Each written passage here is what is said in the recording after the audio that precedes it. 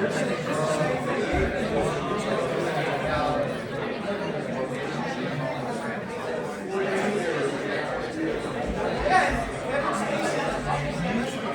everybody, we're going to go ahead and start.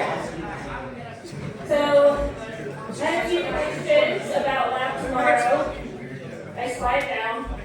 Lab tomorrow, the TAs will be in the physical lab tomorrow, but you won't have a new assignment. Guys, quiet down. You won't have a new assignment tomorrow. So, this same lab assignment that you've been working on, Big Set, remember, is due Friday of this week. And then you can still submit it late on Saturday or Sunday. And then our exam is a week from today, Tuesday. And then you have the next lab off that Wednesday, and then you don't have class Thursday or Friday according to the university calendar.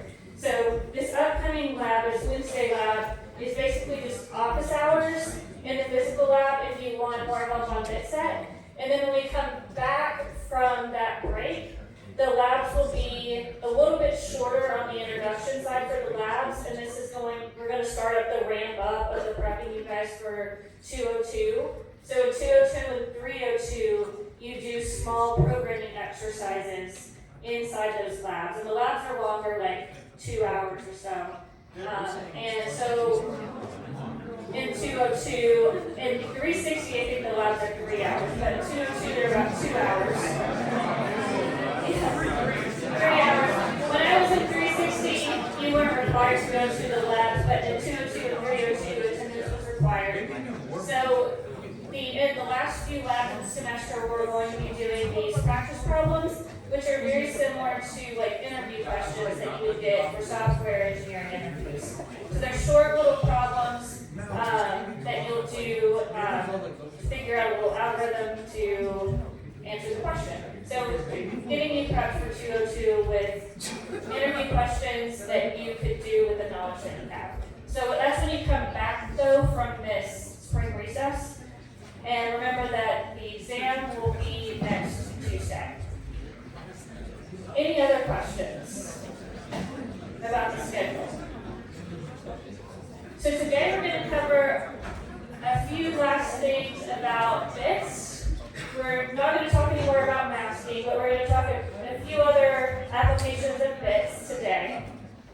And then on Thursday, we're going to review classes, and we're going to talk about any differences that we haven't talked about with C++ classes. So that'll be a review. What we cover on Thursday will not be on the exam. But it will be useful for labs and for the final. So today, I'm going to start out with paper, because I'm going to draw a little bit and it'll be a little bit easier. I'm not ripping up this paper either. And we'll start off with chmod, because I told you guys we would cover chmod and we haven't gotten to do that yet. And octal. So we're going to be hopping back and forth between the paper and the terminal window.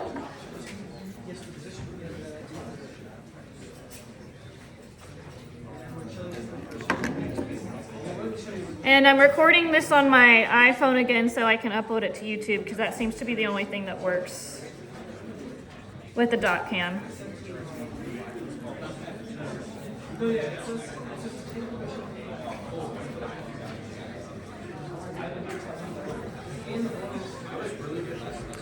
All right, does anyone know what chmod stands for? Yeah. Change mode. Yes.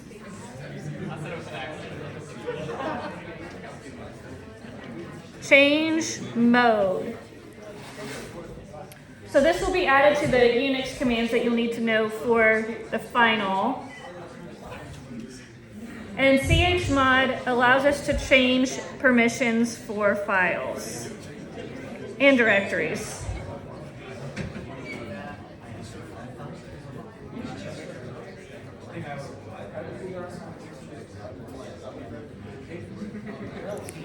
So I'm using the triangle as shorthand for change. All right, let's quiet down. Do we have any questions about something related to class? Okay. So it allows us to change permissions. So we're going to write down a few things, and then I'm going to ask you guys to either open a terminal window on your computer or log into Tesla, and we're going to create a practice directory to change permissions in so you know how to do this. Remember, you need to keep your permissions for this class, whatever you have on Tesla, for just you to have read, write, and execute privileges that no one else can read and write and execute your files. But you'll learn how to change that today. All right, so when you do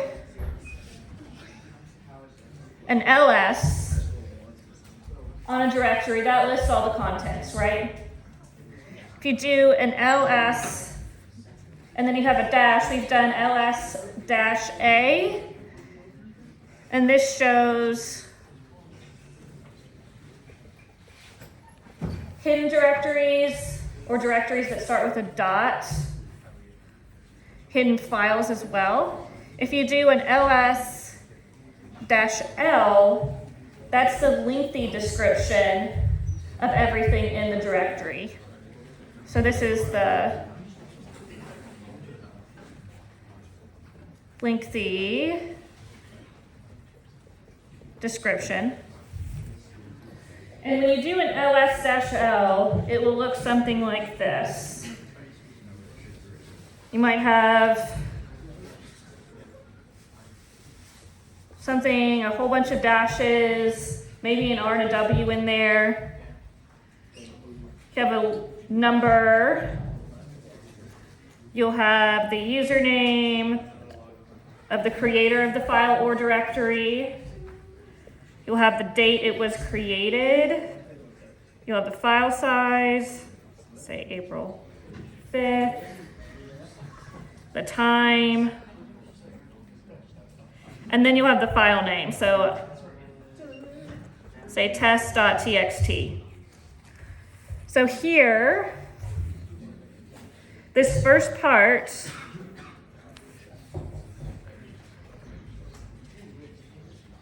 is the list of permissions. This was the creator.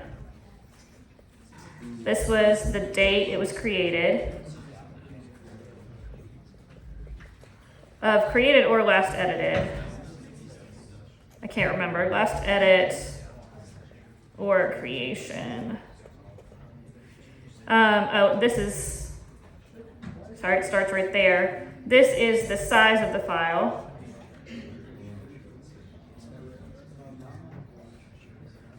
Or directory. And this is the name of the file. So right here, this is permissions. This is what we're working on changing today. So when we look at permissions, we will have 10 spots. And you can think of this as a first dash and then 3 groupings of 3. Where I have 1, 2, 3, 1, 2, 3, 1, 2, 3. The first 3 spaces will be the permissions for the user. The second 3 spaces will be the permissions for the group. And the last 3 spaces will be the permissions for the world. Going down.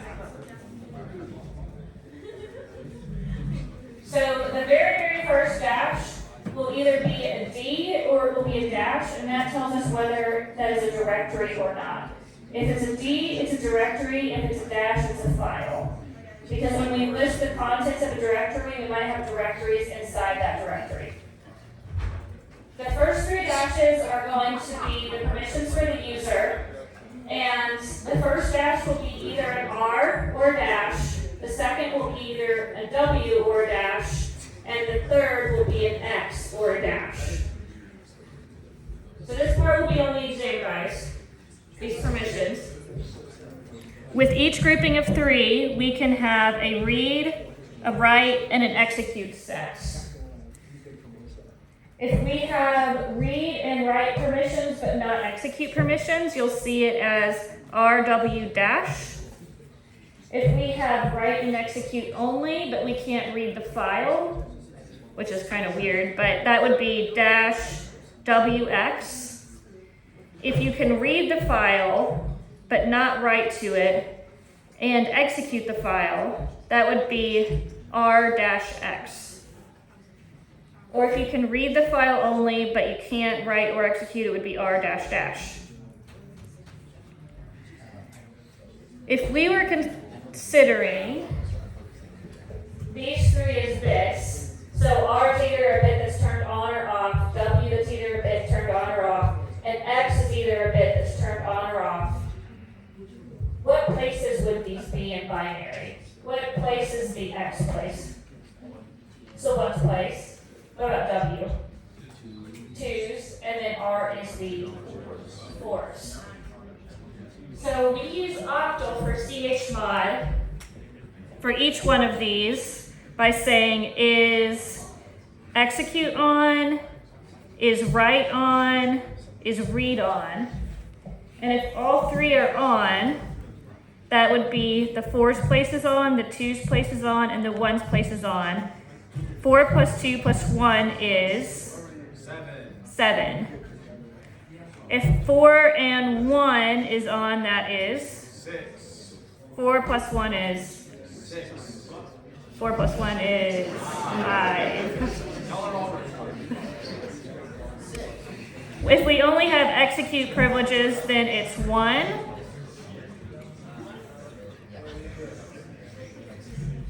And so because if we have all three of these turned on, that's a 7.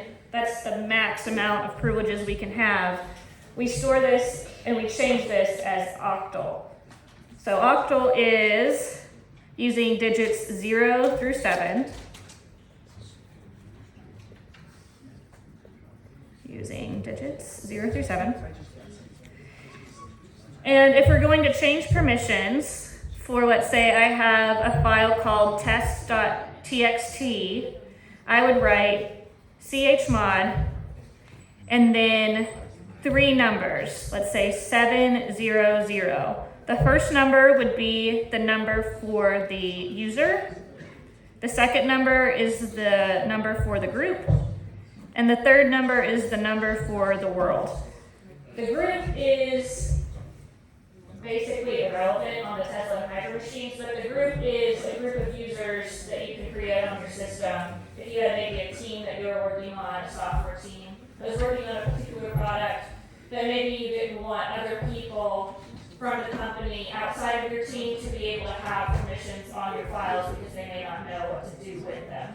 Or they may be able to execute your files only, but you don't want other teams to be able to write to your files, just for protection. The user is you, and then the world is anyone that has access to that computer. So if I have chmod 700, what privileges does the user have?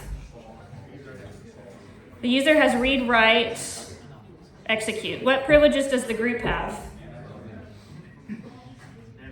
No privileges.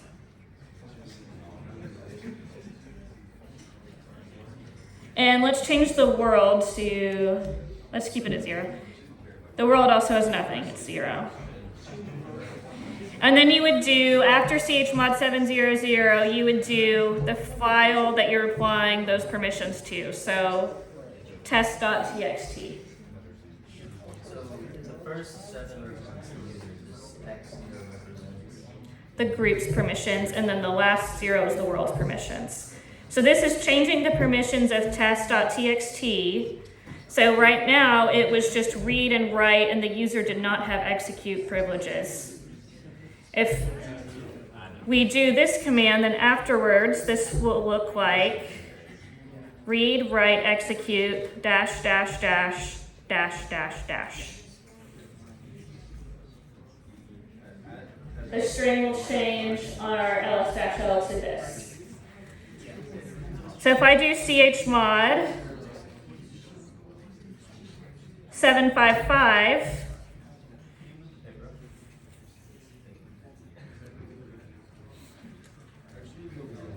or chmod 622. Go ahead and figure out what permissions the user, the group, and let's do this 621 to make it a little different. The user, the group, and the world, what permissions user, group, and world have for chmod 755 and chmod 621.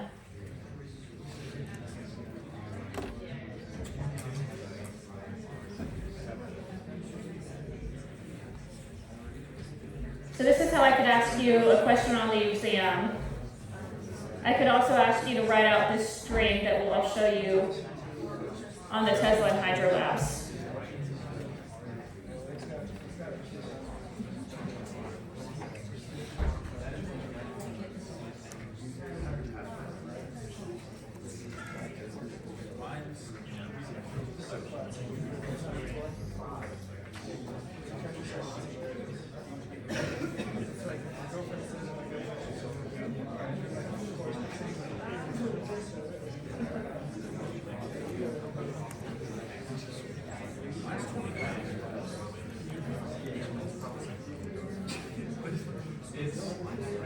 My two football numbers, my dog,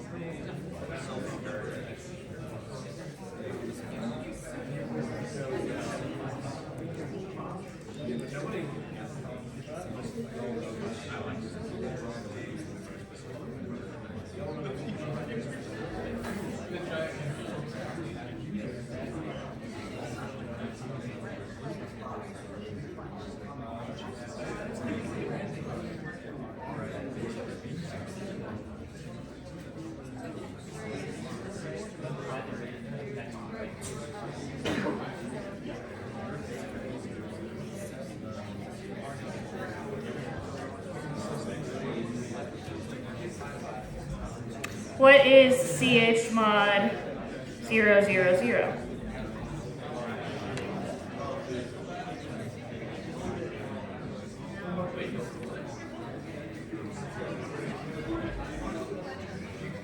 All right, so what is 755? What does the user have? RW and X. What about the group and the world? They're both 5. They have R and X. What about 621? What does the user have? RW. And what about the group with 2? Just W. And what about the world? X. chmod 000. No one has any permissions whatsoever. So you can also do, let's say, a chmod, let's say 700 on a directory. Let's say the directory is, we're going to make a practice dir, so we don't mess anything up on your actual directories that you have. And you can do that with a -R to apply that recursively for everything within that directory. So you can also use the -R for removing everything recursively in a directory, rm-r. You just need to be very careful with using -R recursively, and you never want to do this on the root of the machine, especially chmod 000 on the root. Or recursively deleting everything from the root of your computer, because then you would completely wipe out your entire file system and operating system. Yes. Oh yeah. So you want to be very, very, very recursive of where you are when you use -R for the recursive option.